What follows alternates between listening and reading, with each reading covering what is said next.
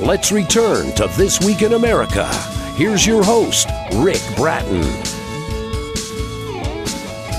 Welcome back, everybody, coast to coast. This Week in America. Our guest on This Week in America, Randall Vanderhoffen.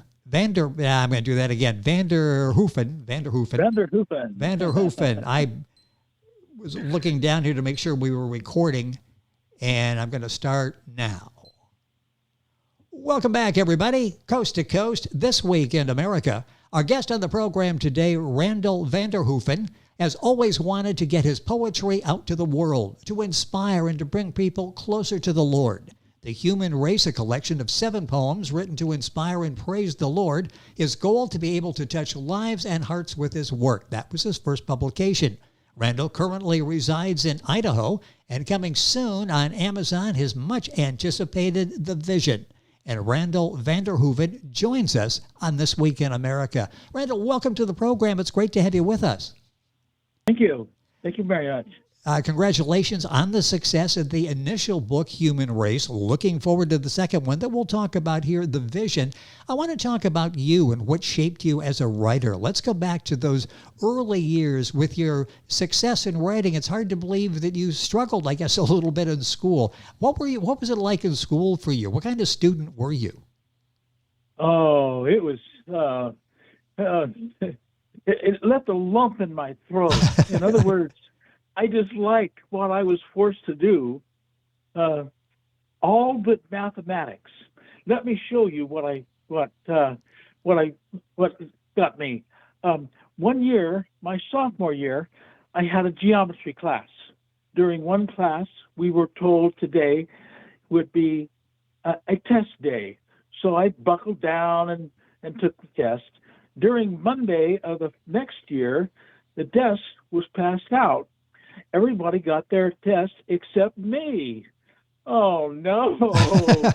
What happened to my test? I kept my mouth shut. When the bell rang, the teacher called my name forward. Oh, no. I kept my mouth shut. The teacher motioned to take another chair, and he said, "How do you do a problem like this?" Wow. Relief at last. Yes. Well, you take one such proof that leads to another, and this one that leads to the proof. 3 proofs. The teacher, he says, "I see it now. You had 3 proofs to solve the problem, while the man that wrote the book had 4.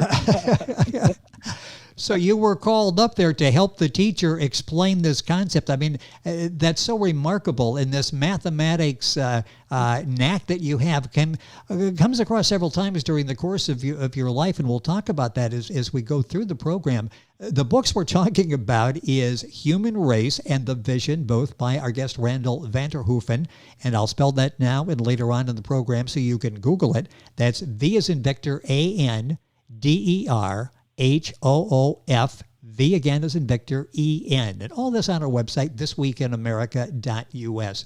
You go into the Marine Corps. Talk about, was that as hard as people portray it? It's like if you're in the Marine Corps, that's as difficult as it gets. And you had another mathematical experience or IQ experience in the Marine Corps. Talk about first being in the Marine Corps and then what you found about your intelligence after you got there.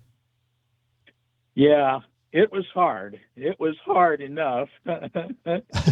we got down. We were in push-up position right the first day of.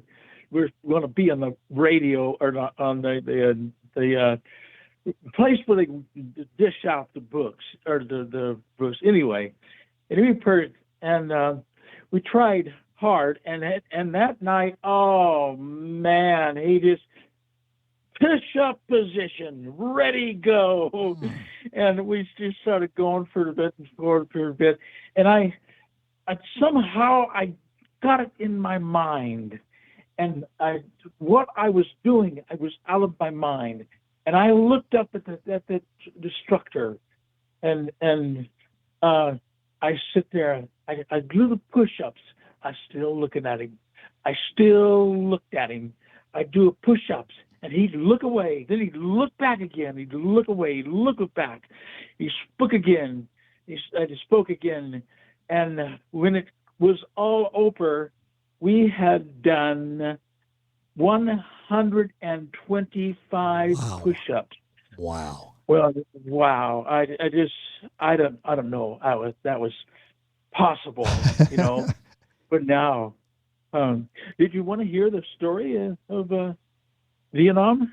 Well, yeah, because you served in Vietnam. So tell us about that experience and how that shaped you as a person and as a writer. Well, there's one convoy that I took. Were myself and a fellow out of Northern California. We went down to where the trucks were lying. It was about 15 trucks and 2 Jeeps. And Aries truck had 2 guys out on the back. So I was on one side, and my guy was in the other side. And there was a ring around the first truck. I didn't know what the world that was for. Just a ring on it. So, and then the fellow showed up with a 50 caliber machine gun. Wow. Oh man! So he loaded it up, and we were ready to go. We were going from Da Nang. We were going south, 56 miles, and that right we were on was pretty close to the ocean, and there was one river. It was larger than a quarter mile, but not quite a half mile, you know. Yes. Just really bad. And we went on, and we could stop along the way and do different things. And finally, it come out. It took us 6 hours to make that 56 miles. And we went ahead and went in, got a night's sleep, and we woke up in the morning, and the bridge had been blown up that night. Oh my Wow. God! So Yes. we had to call an airplane, a C-130, 2 hours, and they come and pick us up, and it took about 25 minutes. Wow. But it was something, man. It was really something.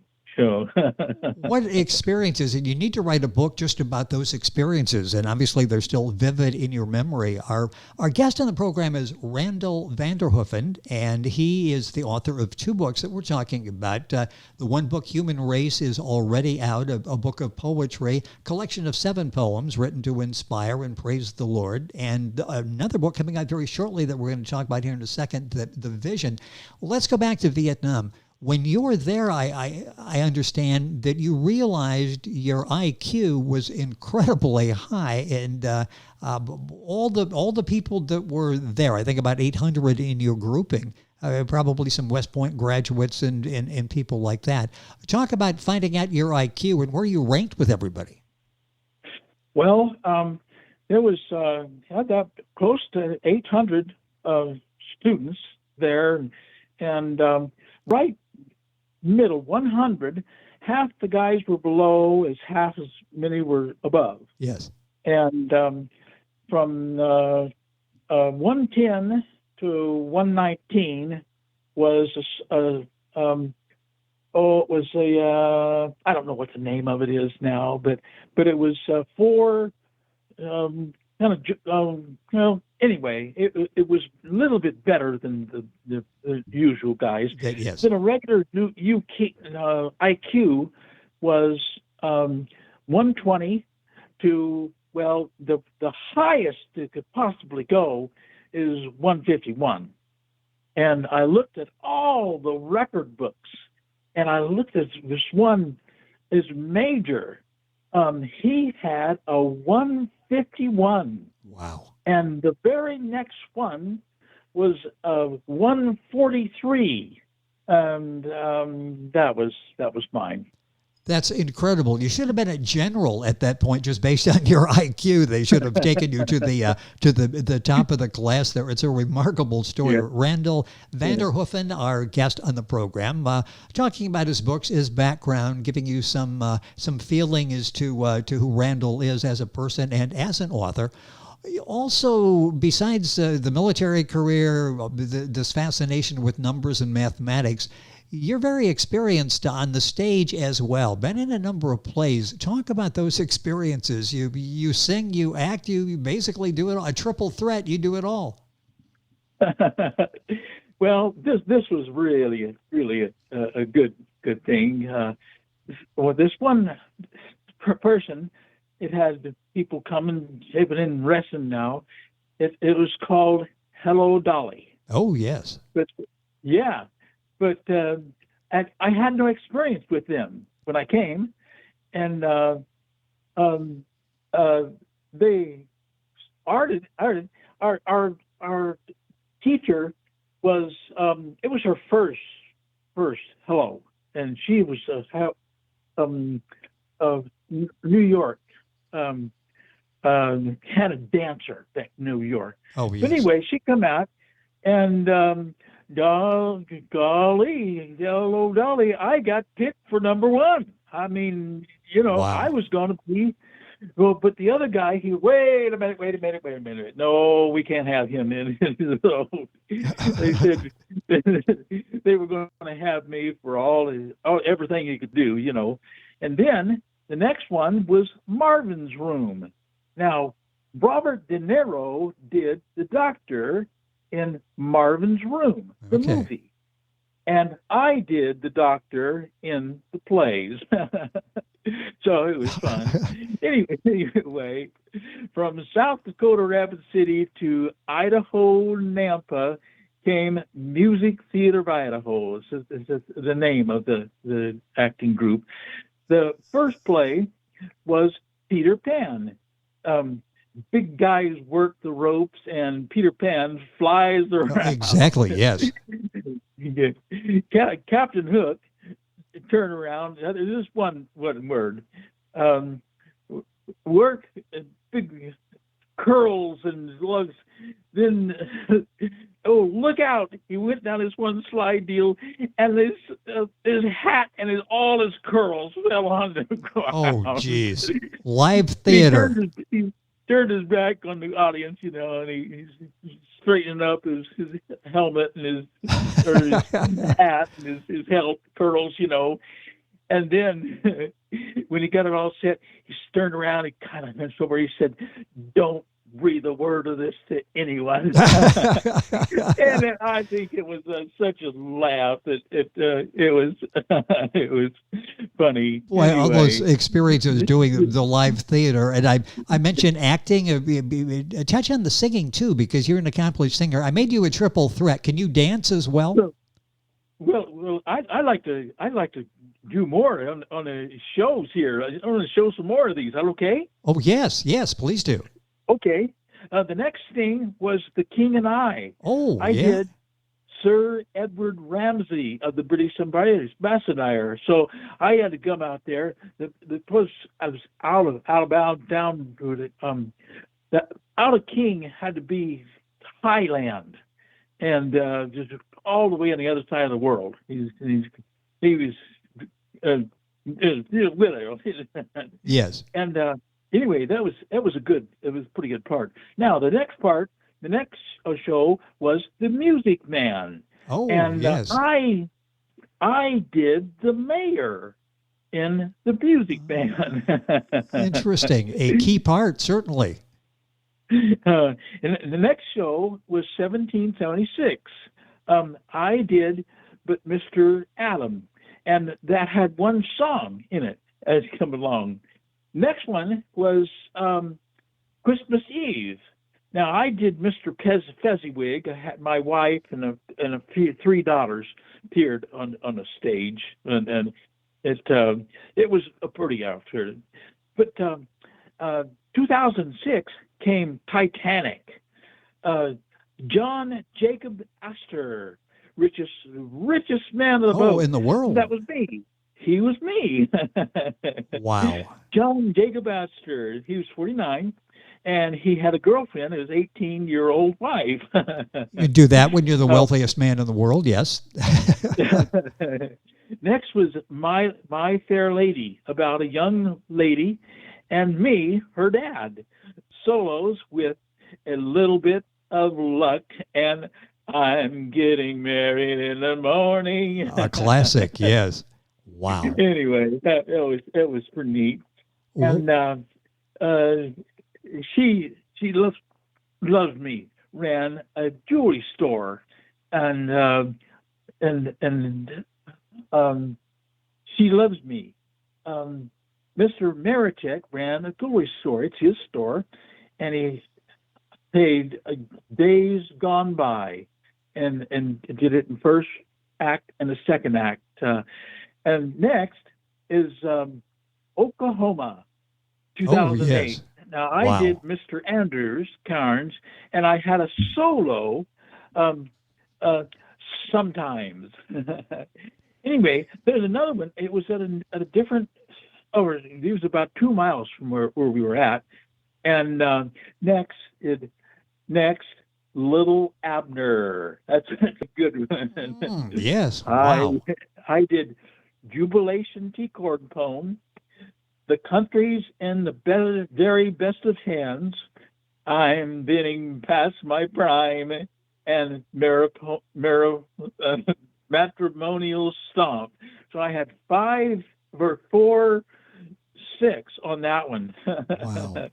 That's pretty good. What an incredible career. And you've got more, so go ahead. No, that is it. okay. Well, you've got more. That are you still doing it? I mean, you've done the classics there. You've been on the stage performing the classics. Are you still doing theater? No, I during that last 2008. We had a last film. It was August, and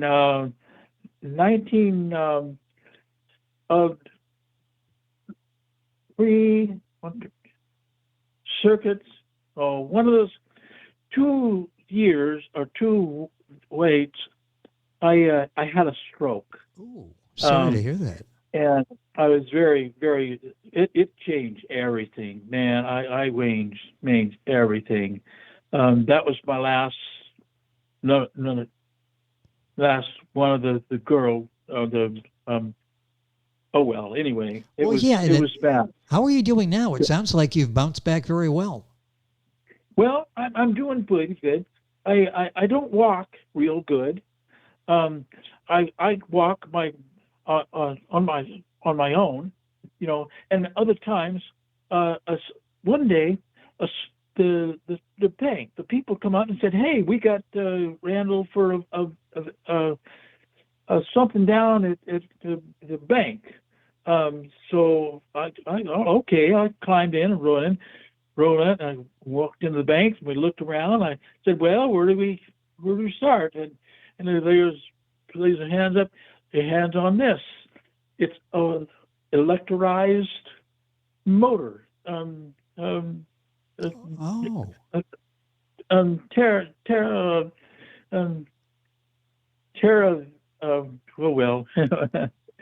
It is quite a little trike. Yeah, it's a bike, and very nice. More than is field there, and it was pretty good. It was pretty good. Now I get around. I go 2.5 miles to Applebee's, and about 3 miles to another one down the other direction. That's fantastic. Well, you're getting around, and you talk about being able to do things to get out in life, and you discuss that in the book Human Race and the new book The Vision. A couple of minutes left in the program. Let's talk about when you started to write the book. Where did the idea for Human Race come from? Well, I got. I'm gonna do a song for you. Is that all right? Okay, sure, please. All right, all right. La la la la la la la la.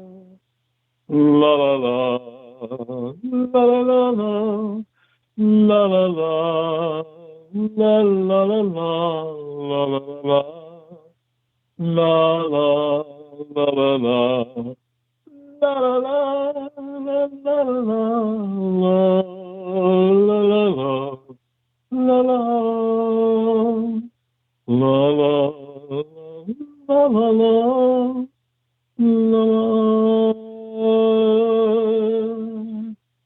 That's the poem I do. That's so well done. I'm glad that you performed that for us. It's just what you're doing now is so impressive. The first book, Human Race, a book of a collection of 7 poems, written by Randall to inspire, bring people closer to the Lord. Our guest is Randall Vanderhoffen, and I'm going to spell that now in a couple minutes as we conclude the interview. V as in Victor, Vanderhoof. V again is in Victor, VEN. Book available at Amazon, the usual places. Information on our website, thisweekinamerica.us. Coming soon on Amazon is The Vision. Randall, we've got a couple minutes left. Tell me about The Vision. This is a book that a lot of people are talking about, waiting for an opportunity to read your work again. What is the motivation behind writing The Vision? Oh, I didn't have the vision. That vision came from up above. Yes. And it is wild and wild. I'm going to read a little bit of the vision to you. Sure. I began to wonder about what I saw across the stream. It looked like a bare countryside, except for a mound about 100 yards away. I wondered if there was a beautiful mountain scene over there somewhere. Suddenly, a rock appeared in my hand that measured about 7 inches wide, 4 inches high, and a half inch tall. I looked a little closer, and there was a beautiful mountain scene on the earth. Without thinking it, I pitched it toward the scene, and suddenly the mountain scene was there, just as I imagined. Now, I had another question. Where was the sun? I looked where a normal person would look, to the sky. The sun wasn't there. It had to be somewhere. Everything was lit up. I began to look around a bit and hold it just a bit. I had it because God was there, and the glory of God lit up everything, virtually everything. Oh, and golly, that's man, it's scary. Well, yes, and I'm so looking forward to that. When will that? I say it'll be out soon on Amazon. When should people start looking for that? That would be maybe a month. Now, we're going down to the book sale down in Los Angeles, and we're going to have a big screen television, and I'm going to be on that room. I'm going to be on the television and trying to get those people to sell my books. Fantastic. My books. Fantastic. Well, you've got so much going on, and I'm just so grateful that you're spending some time and going back and those classics from the theater that you performed in and the success you had with your first book, Human Race, and The Vision, which is going to be out soon. And if you go to Amazon and check in the author, you'll see when Randall has his new book that's out there as well. Randall Vanderhoffen has been our guest, and I'm going to spell Vanderhoffen again. If you're Googling it, that's V as in Victor, Vanderhoof, V as in Victor, EN. You'll find the book at Amazon, the usual places. Easy to remember the book, Human Race, the first one, appropriately named The Vision, the second book. All of this on our website, thisweekinamerica.us. You can click on to Randall's page on Amazon and get all of the information. Randall, it's been a pleasure having you on the program. Congratulations on the success that you've had with Human Race. Looking forward to The Vision. Good luck in presenting it in Los Angeles. We'll stay in touch. Thank you for being with us on the program today. Thank you. It has been our pleasure. Once again, Randall Vanderhoffen. Information on our website, thisweekinamerica.us. And we're back on today's program right after these messages. This Week in America is online. You can visit our website, thisweekinamerica.us. Scott Pinkerton, associate producer of This Week in America. Jay Anderson, segment producer. Ben Watson, webmaster. Otto Bechet, director of engineering and TV production. This Week in America produced and is a trademark of Blue Funk Broadcasting, LLC. For information on all of our guests and to listen to this week's show, our website again at thisweekinamerica.us. And I'm Sean Bratton, executive producer of This Week in America.